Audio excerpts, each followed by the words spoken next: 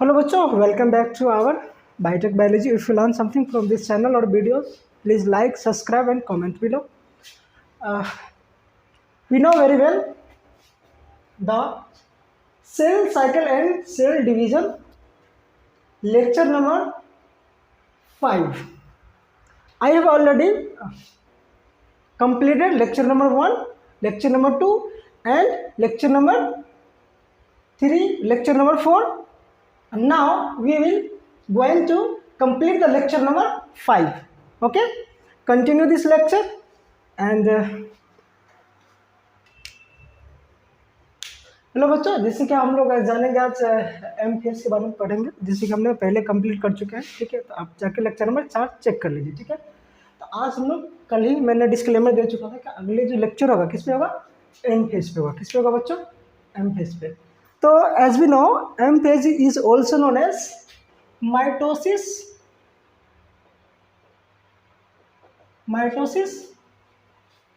Phase. इसके लिए चलिए करते शुरू। हम लोग क्या करेंगे आज, लाइन बाय लाइन एनसीईआरटी का। आप यदि नीट का एस्पिरेंट हैं तो आपको अच्छी प्रकार से पता होगा कि एनसीईआरटी का each and every point is most important for the NEET aspirant और नीट एग्जाम। इसके लिए तो हमने आज एनसीईआरटी का एक बुक लिए हैं जिसमें कि एम फेज के बारे में पढ़ेंगे। चलिए, यहाँ पे लिखा हो जैसे कि this is the most dramatic period of the cell cycle. As we know, cell cycle is divided into two phases. First one is interphase and second one is M phase. Interphase is also known as resting phase because in this phases preparation for the cell division. Now M phase is actual division of the cells. It is clear? तो most dramatic period का मतलब होता है बच्चों most serious. Dramatic tends to serious. As we know very well, serious words you can feel it. जैसे हम लोग जानते हैं सीरियस का मतलब होता है, जैसे आप लोग कहते हैं कोई पेशेंट बहुत सीरियस। ठीक है, क्या कहते हैं, बहुत सीरियस है। सीरियस का मतलब है यदि थोड़ा सा भी हल्का सा कुछ गड़बड़ी हुआ तो यानी कि इंसान का जान भी जा सकता है। तो यहाँ पर मोस्ट ड्रामेटिक यूज इसलिए किया गया है कि इसमें देखिएगा हम लोग जानते हैं कि M phase I will also completed in lecture number 4।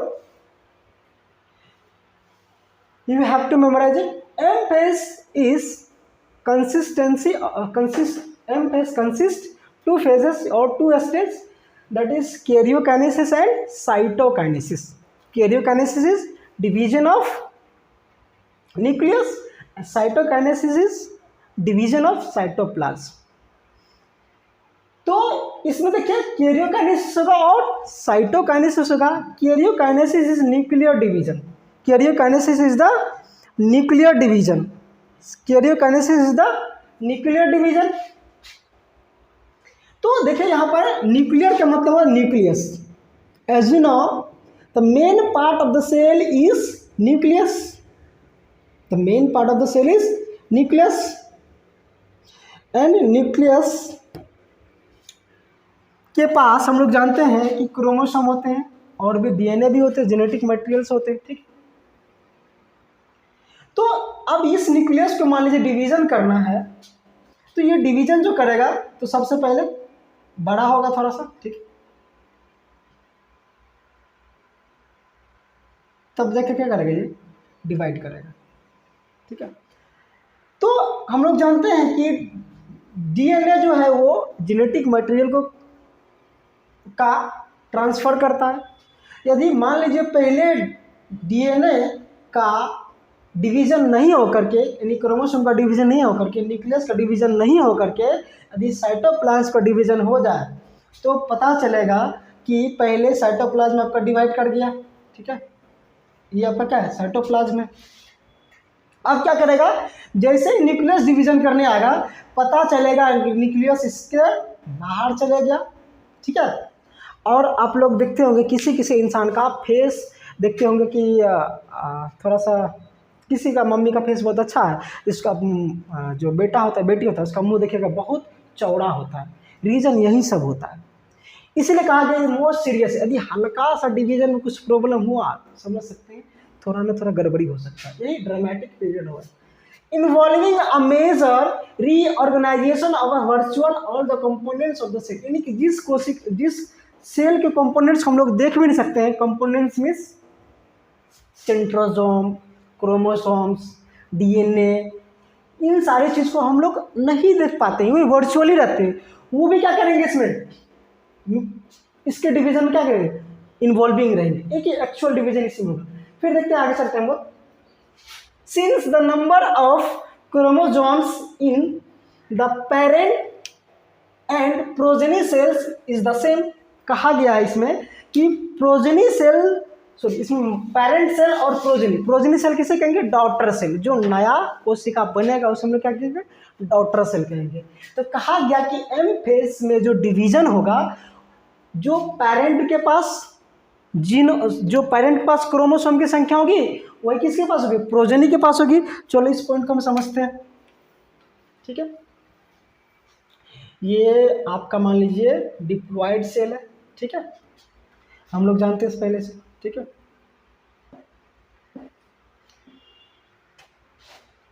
ये रहा G0 phase, G1 phase, S phase, G2 phase और ये रहा आपका M phase.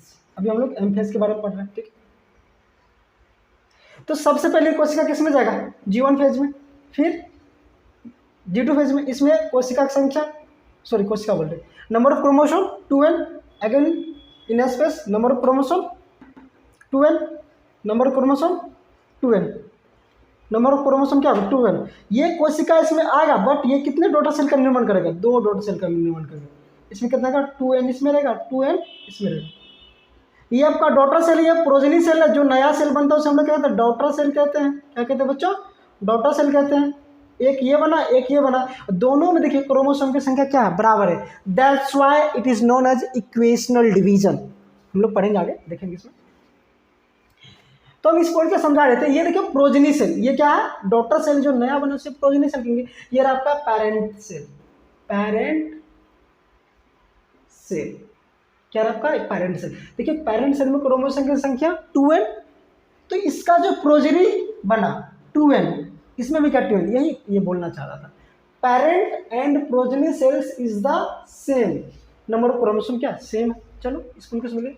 It is also called as equational division. I have already told about this point. It is clear? ठीक है, लिखिए जिसको लिखना।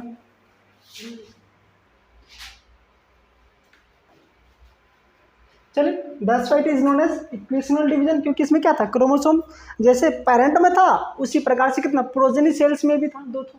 चलो आगे चलते हम लोग।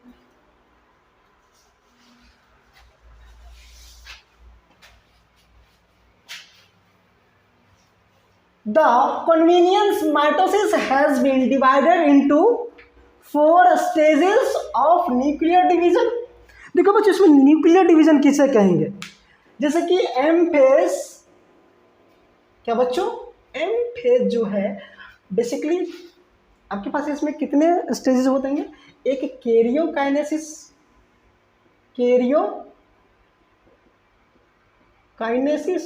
Second means cytokinesis. क्या बच्चों, साइटोकाइनेसिस। यही आपका न्यूक्लियर डिवीजन, इसे क्या कहेंगे हम लोग, न्यूक्लियर डिवीजन कहेंगे। देखो आगे चलते हैं, टाइम बहुत कम बची है। तो now for convenience mitosis has been divided into 4 stages of nuclear division. Nuclear division इसको कहेंगे, कैरियोकाइनेसिस को। कन्वीनियंस का मतलब होता है सुविधा के अनुसार, यानी कि हम लोग सुविधा के अनुसार कितने स्टेज में बढ़ दिए, अंडरस्टैंडिंग और पढ़ने स्टडी के पर्पज से 4 स्टेजेस में। और याद रखिएगा कभी भी ये 4 स्टेज आज तक बदला नहीं। आगे देखते हैं क्या होता है। देखिए इसमें खुद ये बोलेगा NCERT, it is very essential to understand that cell division is a progressive process and very clear cut line can not be drawn between various stages. कहने का मतलब है ये आपका न्यूक्लियर डिवीजन जो है क्लियर कट है। क्या है?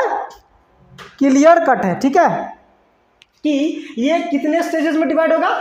ओनली 4 स्टेजेस में, कभी भी 5 स्टेजेस अभी तक नहीं हुआ, ऐसा एनसीईआरटी खुद बोल रहा है। देखो, it is very essential to understand that cell division is a progressive process and very clear cut line can not be drawn between various stage.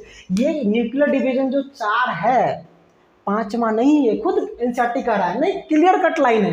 अब ये और ये भी कहना चाहता है कि पहले ऐसा नहीं करेंगे, टीलोफेज को करेंगे, उसके बाद एनाफेज को, उसके बाद मेटाफेज को, उसके बाद प्रोफेज, नहीं, ये सीक्वेंस में होगा। पहले प्रोफेज क्लियर कट लाइन है, प्रोफेज पहले होगा, उसके बाद मेटाफेज होगा, उसके बाद एनाफेज होगा, उसके बाद टीलोफेज होगा।